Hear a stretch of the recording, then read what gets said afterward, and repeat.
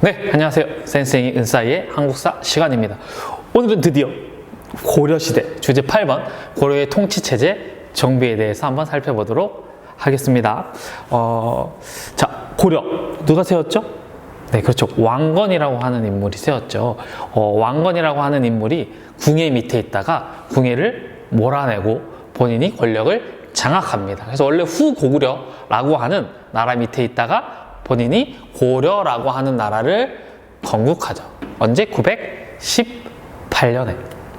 그래서 수도를 송악이라고 하는 지역으로 옮기게 됩니다.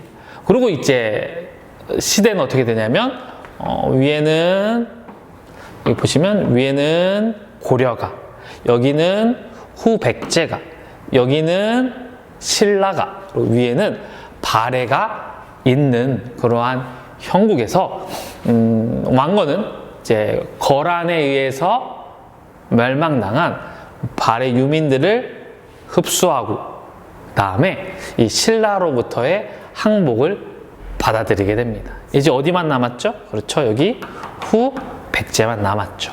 후백제의 이제 왕이 이제 견훤이었는데 이 견훤이 이제 항복해 오고요. 그러한 과정에서 그의 아들이 권력을 차지하게 되고 그 후백제를 멸망시키면서 결국에는 왕건이 다시 우리 삼국을 재통일하게 됩니다. 그게 936년이죠. 그래서 재통일을 하게 되죠. 이렇게 해서 500년 왕조의 고려가 시작되게 되는 것이죠. 우리가 태조 왕건이라고 부르죠. 이 태조 왕건이 이 삼국을 통일할 수 있었던 가장 큰 요인 중에 하나가 뭐였냐면 신라 말에 등장했었던 이 호족이라고 하는 세력들, 이 호족이라고 하는 세력들의 도움, 지지를 많이 받았었기 때문이에요. 그래서 이 태조 왕건하면 호족 정책이 중요한데 이 호족들을 자기 편으로 하기 위해서 우선 혼인 정책을 많이 취했대요. 자기 와이프가 20몇 명이 될 정도로 굉장히 결혼을 많이 했던 인물이 왕건인데요. 이제 각 지역의 주요 호족들의 딸과 결혼을 한 것이죠. 그렇게 해서 그들과의 관계를 돈독히 하는 그러한 정책을 취했던 겁니다. 그런데 통일이 되고 나니까 이 지방의 세력이었던 이 호족들이 오히려 왕권을 견제하는 그러한 상황에 놓이게 되자 이 호족들을 견제하고 통합하기 위한 정책을 취하게 되는데 그게 바로 기인제도랑 사심관 제도라고 하는 겁니다. 기인제도는 호족의 자제를 약간 인질적 성격으로 중앙에 왕 옆에 데리고 있는 것이죠. 그래서 각 지역의 문제, 그 지역 사람이니까 지역의 문제에 대해서 자문을 하게 하면서 아들을 데리고 있으니까, 자제를 데리고 있으니까 지방의 호족이 반란을 하기가 어렵겠죠. 그래서 그러한 인질적 성격이 있는 바로 기인제도라고 하는 그러한 제도를 실시합니다. 또 사심관 제도라고 해서 중앙의 고위관리 출신을 자기 고향 사심관으로 임명을 해서 그 지역을 통제하면서 이 사심관과 또 그 지방의 호족들 이렇게 서로 견제하게 하면서 호족들을 견제하려고 했었던 이러한 정책들을 취하게 됩니다. 이게 태조 왕건. 그러니까 태조 왕건 하면 여러분들이 통일과 이 호족 정책을 꼭 기억하셔야 됩니다. 뭐라고요? 그래서 통일과 호족 정책. 자, 그런데 이 태조 왕건이 죽고 난 이후에 왕위 계승 분쟁이 일어나요. 그러면서 이제 왕권이 굉장히 약화되고 이 약화된 왕권을 강화시키는 왕이 등장하니 그게 바로 광종입니다. 광종은 공신 세력, 이제 나라를 만드는데 공로가 있는 그런 공신들과 호족들이 힘이 셌었는데 그들을 견제하고자 하죠. 그래서 이 광종은 이 공신과 호족들을 견제하기 위해서 그들의 세력 기반이 되었던 노비들을 풀어주는 정책을 취하게 됩니다. 바로 노비 안건법이라고 하는 걸 시행을 하죠. 이때 이 통일하는 과정에서 불법적으로 또는 이 사이에서 불법적으로 양인이 노비가 된 경우가 많았거든. 그들을 해방시켜 준 겁니다. 그렇게 함으로써 노비를 데리고 있었던 공신과 호족들의 힘을 약화시키고자 했었고요. 또 이거 중요합니다. 과거제라고 하는 걸 시행합니다. 우리나라 처음으로 과거제를 실시하는데요. 그게 바로 광종 때예요. 쌍기라고 하는 인물의 건의를 받아서 바로 과거제라고 하는 무엇을 통해서 관리가 되는 거죠? 그렇죠. 바로 테스트, 시험을 통해서 관리가 되는 그런 과거제를 들여오게 되는 것이죠. 그렇게 함으로써 어때요? 호족들을 견제하고자 했던 겁니다. 그리고 어때요? 그 강력한 힘을 바탕으로 말을 듣지 않는 공신과 호족들을 그냥 싹 숙청해 버리기도 합니다.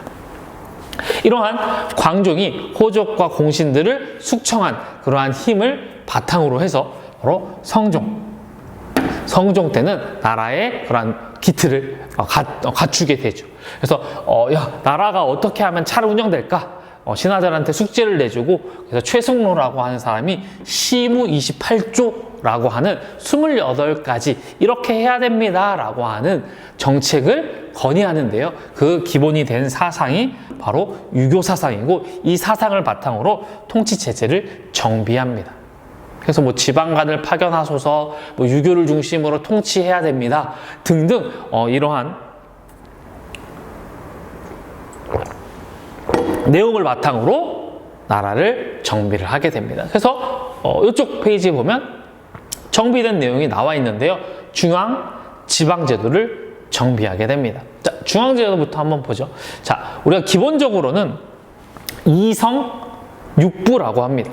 자, 여기 중서문화성과 상서성이 있죠. 이제 이성육부에 원래는 중서성과 문화성이 따로 있어야 되는데 중서문화성으로 고려시대는 합쳤어요. 그래서 이성육부, 상서성 밑에 이호의 병영공이라고 하는 부서를 두어서 실질 업무를 담당을 하게 하죠. 그런데 우리가 고려 시대에 이제 중요한 것 중에 하나가 이제 중서문화성과 상서성, 이성육부 말고도 무엇이 있냐면 바로 요 도병마사와 식목도감이 있습니다. 여기는 누가 들어가냐면 귀족들, 힘이 센 문벌들이 들어가게 되는데요. 이제 국방 문제, 여러 가지 법과 관련된 문제들을 고위 관직이 있는 사람들끼리 회의를 통해서 결정을 합니다. 대체적으로 여기 누가 들어가냐면 중서문화성의 고위 관직인 제신과 중추원의 고위 관직인 추밀, 제신과 추밀이 국가 중대사를 결정을 하죠. 이러한 곳에서 회의를 통해서. 또 이들을 견제하기 위해서 중서문화성의 낭사와 그 다음에 어사대는 여러 가지 비판의 기능, 언론의 기능을 담당하게 됩니다. 좀 어렵죠. 그래서 최고 권력으로는 중서문화성의 제신과 중추원의 추밀, 이들이 도병마사와 식목도감을 장악해서 고려를 이제 이끌어 갔던 것이죠. 그리고 이들을 견제했던 게 중서문화성의 낭사와 어사대였다. 하지만 힘이 좀 약했죠. 3사는 회계 업무, 돈과 관련된 업무를 담당을 했었습니다. 이 정도만 우선 알아주세요. 그래서 고려 사회는 문벌 귀족 사회로서, 이제 문벌 귀족이라고 하는 건 어떤 세력이냐면, 여기 한번 적어볼까요? 네, 문벌 귀족이라고 하는 세력은 계속적으로, 지속적으로 고위 관리를 하는 가문들을 이야기하거든. 오랫동안 고위 관리를 하는 가문들이 권력을 장악하는데, 이들이 대체적으로 어떻게? 바로 과거. 이 과거에는 뭐가 있냐면, 시험을 통해서 들어가는, 자, 여기. 이들이 어떻게 권력을 잡냐면요. 과거와 음서인데, 이제 자식 중에 조금 부족한 애들 있잖아. 그죠? 그런 애들은 고위 관리의 자제는 시험을 안 보고 관리가 될 수 있는 음서라고 하는 것을 통해서 계속적으로 관리를 양산해냈던 것이죠. 그래서 오랫동안 계속적으로 고위 관리를 배출하는 이 문벌 귀족들이 고려의 권력을 장악하게 되고 자신들이 권력을 장악하기 위해 어때요? 중서문화성의 제신이라고 하는 역할, 중추원의 추밀이라고 하는 역할을 담당하면서 국가의 중대사를 이런 회의기구를 통해서 결정하게 됩니다. 알겠죠? 네. 자, 마지막 지방. 지방은 경기와 오도, 양계로 구분하고 경기, 그다음에 오도, 그다음에 군사지역으로 위에 지역에 양계를 두고요. 그 밑에 군혈을 두는 시스템을 두게 됩니다. 지방관을 파견하기 시작하는데요. 지방관을 파견한 곳을 우리가 주현이라고 하는데 고려시대 때는 주현보다는 파견되지 않은 속현들이 더 많았다라고 합니다.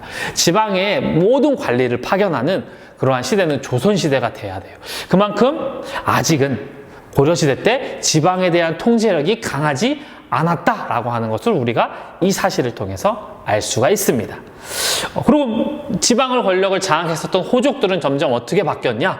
바로 지방의 그러한 행정을 담당하는 향리라고 하는 그러한 세력으로 점점 변화하게 됩니다.